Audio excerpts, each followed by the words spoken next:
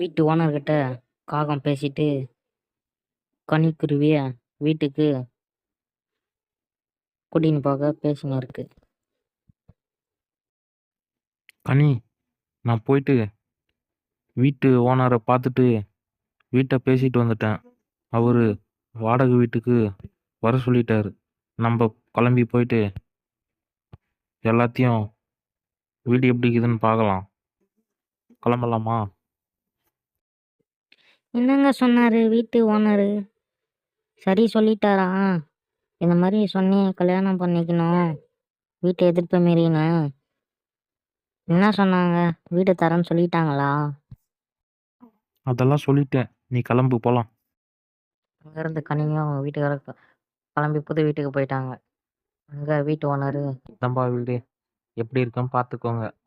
நல்லா இருக்கா?